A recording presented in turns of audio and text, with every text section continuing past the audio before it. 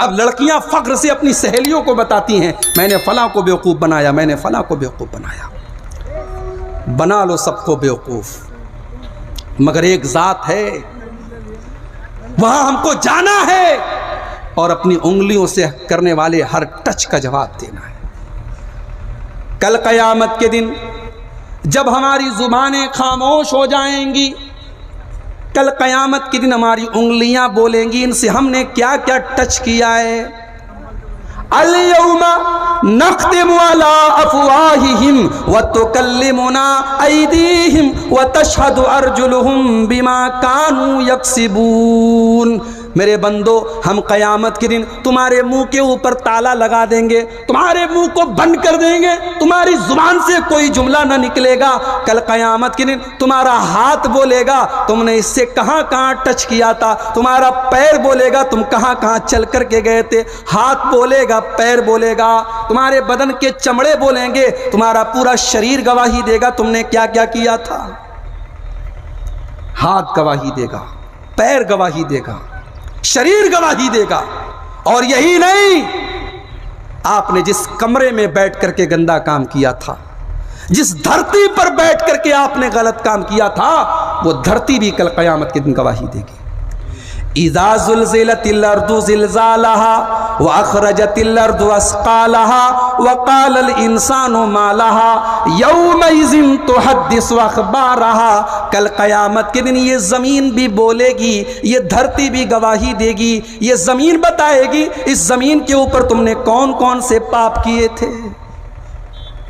हम तो बड़े खुश हैं, हम तो माशाअल्लाह पाँचों टाइम के नमाजी हैं, हम तो माशाअल्लाह हाजी भी हैं, हमने हज भी किया है, हमने उम्रा भी कर लिया है, हम तो पाँचों टाइम की नमाज भी पढ़ते हैं। हाजी साहब ज़रा अपना मोबाइल दीजिए। अरे नहीं नहीं मौलवी साहब, मोबाइल नहीं दे सकता। क्यों? क्योंकि मोबाइल वो जानता है जो मैं नहीं जानता। इंसान के बारे में आज के दौर में जितना उसका मोबाइल जानता है कोई नहीं जानता। मोबाइल सब बता देता, हमारी हिस्ट्री बता देता, हमने क्या क्या देखा है, यूट्यूब पर क्या क्या देखा है, फेसबुक पर क्या क्या देखा है, इंटरनेट पर क्या क्या देखा है। मोबाइल तो पूरा गवाही दे देता है। मोबाइल, हाजी साहब भी मोबाइल के अंदर गंदी चीजें देख रहे हैं, हाफिज जी भी देख रहे हैं, लंबी लंबी दाढ़ी वाला भी देख रहा है। अब तो सब आसान हो गया, जियो का रिचार्ज करा लिया 180 रुपये का, अब इंटरनेट 2-2 GB 1-1 GB मिल रहा है, अब उसको खर्च करना है। अब हमारी मर्जी, हम जो चाहे देखें। रात का टाइम है, अकेले बैठे हुए कमरे में कौन देख रहा है। हमारे हज बर्बाद हो जाएंगे मेरे भाइयों, हमारे उम्रे बर्बाद हो जाएंगे। एक हदीस आपको सुनाने जा रहा हूं, जरा दिल को थाम करके ये हदीस सुनिएगा। अगर आपको अपनी नेकियों की चिंता है, अगर आपको अपने हज की चिंता है, अगर आपको अपने नमाज और रोजे की चिंता है, तो जरा इस हदीस को गौर से सुनिएगा। अल्लाह के नबी फरमाते हैं, इब्ने माजा की रिवायत है, क़यामत के दिन मेरी उम्मत के कुछ लोग आएंगे, यातूना बेहसनातिन अमसाल जिबाल तिहामत बीजन। कल क़यामत के दिन मेरी उम्मत के कुछ लोग आएंगे जो पहाड़ों के बराबर नेकियां लेकर के आएंगे, हज भी लेकर के आएंगे, उम्रा भी लेकर के आएंगे, रोज़ा नमाज और तिलावत भी लेकर के आएंगे, पहाड़ों के बराबर नेकियां लेकर के आएंगे। फ़यजअलुहल्लाहु अज़्ज़ा व जल्ला हबाअम मंसूरा। अल्लाह ताला उनकी नेकियों को बर्बाद कर देगा, उनकी नेकियों को उड़ा देगा, उनकी नेकियां धूल की तरह उड़ जाएंगी, जैसे धूल उड़ती है। सड़क के ऊपर जब गाड़ियां चलती हैं, आपने देखा होगा, धूल उड़ती है। अल्लाह के नबी ने फरमाया धूल की तरह उनकी नेकियां उड़ जाएंगी। सहाबी ने सवाल किया, अय अल्लाह के नबी, सिफहुम लना व जल्लिहिम लना। अय अल्लाह के नबी, वो कौन बदनसीब लोग होंगे जो पहाड़ों के बराबर नेकियां लेकर के आएंगे, मगर अल्लाह ताला के यहाँ उनकी नेकियां शुमार नहीं की जाएंगी। भाई असल चीज तो रिजल्ट होता है ना। यूपी के अंदर चुनाव होने वाला है, सबको 10 तारीख की फिक्र है, 10 को क्या रिजल्ट आएगा। इलेक्शन के बाद रिजल्ट की फिक्र होती है। एग्जाम के बाद रिजल्ट की फिक्र होती है, क्योंकि रिजल्ट के ऊपर सब डिपेंड होता है। रिजल्ट क्या आने वाला है, परिणाम क्या आने वाला है। हम दुनिया में नेकी करें और कल क़यामत के दिन अल्लाह ताला के कैलकुलेटर में, अल्लाह ताला के मीटर में, अल्लाह ताला के हमारे नामे अमाल में हमारी नेकियों के कॉलम में ज़ीरो लिखा हो और वहाँ लिखा हो इसने कोई नमाज नहीं पढ़ी, इसने कोई रोज़ा नहीं रखा, इसने कोई हज नहीं किया, तो मेरे भाइयों ये तो बड़ी बदनसीबी की बात हो जाए। किसान बेचारा मेहनत करे, अपने खेतों पे रात दिन मेहनत करे, और जब फसल काटने का टाइम आए तो जाके देखे पूरे खेत में आग लग गई है, पूरी फसल बर्बाद हो गई है, तो बताओ उस किसान के दिल पर क्या गुजरेगी। सहाबी ने पूछा, अल्लाह के नबी, वो कौन बदनसीब लोग होंगे जो पहाड़ों के बराबर नेकियां लेकर के आएंगे मगर उनकी नेकियों को अल्लाह ताला बर्बाद कर देगा। आपने फरमाया, अमा इन्नहुम इख्वानुकुम व मिन जिल्दतिकुम, ऐ मेरे सहाबा, वो तुम्हारे ही भाई होंगे, वो तुम्हारे ही जैसे लोग होंगे।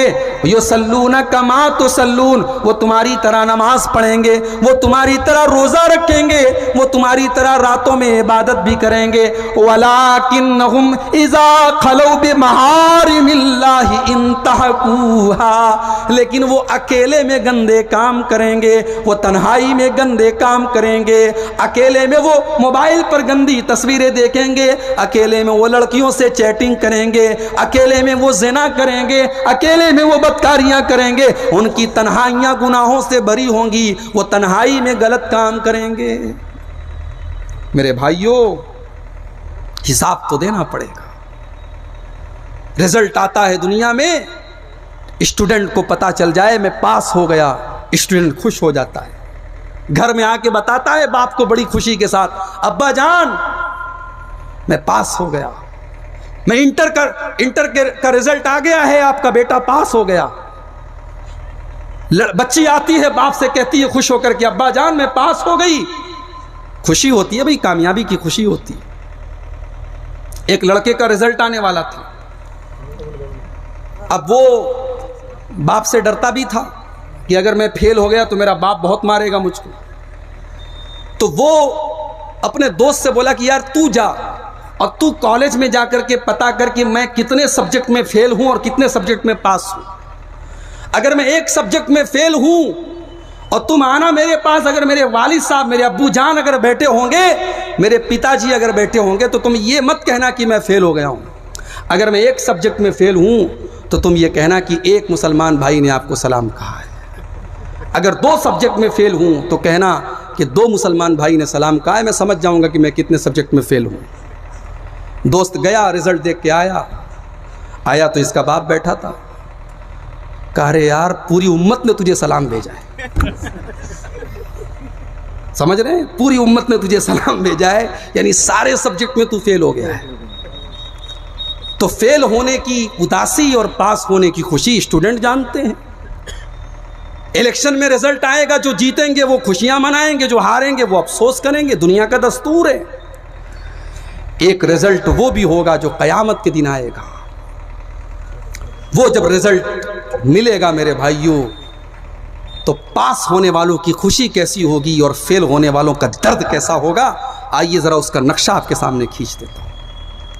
और मैं क्या खींचूंगा, अल्लाह ने खींचा है अपने कुरान के अंदर। कुरान का 29वां पारा खोलिए, सूरह अल-हक़्क़ा की आयात हैं। अल्लाह ने क़यामत के दिन का नक्शा खींचा है कि क़यामत के दिन जब रिजल्ट मिलेगा तो जो लोग पास हो जाएंगे और जो लोग फेल हो जाएंगे, दोनों के बीच में क्या अंतर होगा, क्या डिफरेंस होगा, अल्लाह ने उसको बयान किया है। यौमइज़िन तुरज़ून ला तख़फ़ा मिनकुम ख़ाफ़िया, कल क़यामत के दिन जब तुम अल्लाह की बारगाह में पेश किए जाओगे तो तुम्हारी कोई चीज़ छुपी हुई नहीं होगी, तुम कोई चीज़ छुपा नहीं पाओगे। दुनिया के अंदर मंत्री का बेटा अपनी स्कॉर्पियो चढ़ा देता है और 4 किसान मौके पर मर जाते हैं। अदालत का फैसला आता है, मंत्री जी का बेटा कार भगा रहा था, गलती से 4 लोग उसकी कार के नीचे आ गए, तो कार चलाने वाले की कौन सी गलती है? जज ने ये कह करके बेल दे दी और मंत्री का बेटा आज अदालत से जमानत पर रिहा हो गया। कल क़यामत के दिन की अदालत में कोई नाइंसाफी नहीं होगी, कोई बेईमानी नहीं होगी, वहां कोई झूठ नहीं चलेगा। यौमइज़िन तुरज़ून ला तख़फ़ा मिनकुम ख़ाफ़िया, कल क़यामत के दिन जब तुम अल्लाह की बारगाह में पेश किए जाओगे, तुम्हारा कोई भी अमल छुप नहीं पाएगा। फ़अम्मा मन ऊतिया किताबहु बियमीनिही, जिसका नाम आमाल उसके दाहिने हाथ में दे दिया जाएगा, उसके राइट हैंड में दे दिया जाएगा, उसके सीधे हाथ में दे दिया जाएगा। फयकूल, वो कहेगा हाउम क़ुरऊ किताबिया इन्नी ज़नन्तु अन्नी मुलाक़िन हिसाबिया। ओ लोगो, ये देखो, ये मेरा रिजल्ट है, ये मेरा नाम आमाल है, मैं तो पास हो गया, मैं तो कामयाब हो गया, मुझे यकीन था मुझे यही हिसाब मिलेगा। दाहिने हाथ में जिसको रिजल्ट मिलेगा वो पास हो जाएगा, वो कहेगा मुझे यकीन था मुझे यही रिजल्ट मिलेगा। जब मेरे गांव की लड़कियां स्कूल और कॉलेज में दुपट्टा भी अपने सर पर नहीं रखती थी और स्कूल और कॉलेज में वो बगैर दुपट्टे के जाया करती थी, मैं तो मुकम्मल पर्दे में जाया करती थी। और शायद मुस्कान नाम की वो लड़की भी कल क़यामत के दिन खड़ी होगी और अल्लाह की बारगाह में कहेगी, आए अल्लाह, जब 40-40 गुंडे अपने झंडे लहरा रहे थे और नारे लगा रहे थे और मैं अकेली थी और वहां पर कोई मेरा सपोर्ट करने वाला भी नहीं था, मैं हिजाब में थी, मैं बुर्क़े में थी, मेरे ऊपर दबाव डाला जा रहा था, मैं हिजाब उतार दूं, मैं बुर्क़ा उतार दूं, मैं पर्दा छोड़ दूं। आय अल्लाह, उन 40-50 गुंडों के बीच में तेरी इस बंदी ने अल्लाह अकबर का नारा भी लगाया था और बड़ी शान से अपने कॉलेज में दाखिल हुई थी। आय अल्लाह, मैंने अपने हिजाब को उतारा नहीं था, मैंने अपने पर्दे को उतारा नहीं था। पर्दा करने वालियां तो बेचारी कॉलेज में पर्दा कर रही हैं, डंडे खा रही हैं।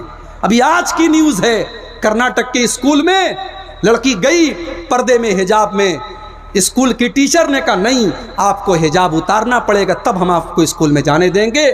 आज ये भी हमारे लिए चुल्लू भर पानी में डूब मरने की बात है, हमारे लिए चुल्लू भर पानी में डूब मरने की बात है। हमारी मुसलमान लड़कियां आज मजबूर हैं ऐसे कॉलेज में पढ़ने के लिए, ऐसे स्कूल में पढ़ने के लिए जहां स्कूल की टीचर और कॉलेज का प्रिंसिपल मजबूर कर रहा है उनको कि आपको हमारे स्कूल के कानून पर चलना पड़ेगा, आप अपनी शरीयत का कानून अपने घर में चलाइए, हमारे स्कूल में आपको स्कूल के ड्रेस में आना पड़ेगा और आपको अपना हिजाब छोड़ना पड़ेगा। मुसलमान आज शादी करता है तो कई कई लाख रुपए खर्च करता है। हर साल मुसलमानों की शादियों पर कई अरब रुपए खर्च होते हैं, जलसे और कॉन्फ्रेंसों पर कई अरब रुपए खर्च होते हैं, अपने मकान की डिजाइनिंग पर और मकान के डेकोरेशन पर हम करोड़ों रुपए खर्च करते हैं। जिस कौम का ये हाल हो, उस कौम की बच्चियां आज धक्के खा रही हैं, स्कूलों के बाहर खड़ी हैं, उनको हिजाब उतार के तब स्कूल में जाना पड़ रहा है। चुल्लू भर पानी में डूब मरने की बात है। काश कि हम होश के नाखून लेते और हम अपनी बच्चियों को ऐसा स्कूल बनवाते, ऐसा कॉलेज बनवाते, ऐसी यूनिवर्सिटी बनवाते जहां हम आज़ादी देते कि मुसलमान लड़की अगर पढ़ेगी वो हिजाब में आ सकती है, हमारी तरफ से कोई पाबंदी नहीं। आज अफसोस की बात है, एक तरफ वो लड़कियां हैं जो हिजाब के लिए लड़ रही हैं और एक तरफ हमारे और आपके घर में लड़कियां निकल रही हैं, जलसे में आई हुई हैं, बन करके, संवर करके, चमकदार कपड़े पहन करके। उनको पर्दा करने की जरूरत नहीं है। और बड़े अफसोस की बात है, 50 साल की बूढ़ी औरत आती है, वो बेचारी अपना चेहरा ढांप करके आती है, अपने पल्लू को लटका करके आती है, अपने बदन को ढांप करके आती है, और 18 और 20 साल की जवान लड़की वो सीना तान के चल रही है, वो अपने नुमाइश, अपने जिस्म की नुमाइश करके चल रही है, वो मेकअप करके, सच के संवर के चल रही है, और जलसे में भी ऐसे ही जा रही है, और प्रोग्रामों में भी ऐसे ही जा रही है, और बाजार में भी ऐसे ही जा रही है। मेरे भाइयों, मुझे मोहब्बत है आपसे, अल्लाह की कसम मुझे मोहब्बत है आपकी कौम से। मैं बड़े फख्र से कहता हूं पूरे हिंदुस्तान में कि हमने एक ऐसी कौम को भी देखा है कि कटिहार से लेके पूर्णिया, अररिया, फॉरबिसगंज, किशनगंज पूरा एक बेल्ट है, हमारे लोग हैं, मुसलमान हैं, अहले हदीस हैं, वहाँ मज़ार नहीं है, वहाँ कब्र परस्ती नहीं है, वहाँ गलत काम नहीं है। मगर जब हम आपके इलाके में आते हैं और हम ये देखते हैं कि आपके यहाँ पर्दा नाम की कोई चीज़ नहीं है, तो हमें अफसोस भी होता है मेरे भाई। क्यों? क्या इस पर्दे का ताल्लुक अंसारी बिरादरी से है, शेख बिरादरी से है, शेरशाहबादी बिरादरी से नहीं है? पर्दा किसी बिरादरी के लिए तो नहीं आया है मेरे भाई, पर्दा तो सारी उम्मत की औरतों के लिए आया है। और पर्दे का मकसद क्या है? कुरान ने 1400 साल पहले बताया था और मुस्कान नाम की उस लड़की ने आज बता दिया।